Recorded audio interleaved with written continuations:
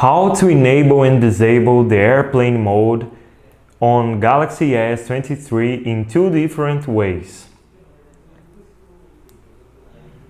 First thing you need to do is unlock your phone and drag down your notification bar and go on settings.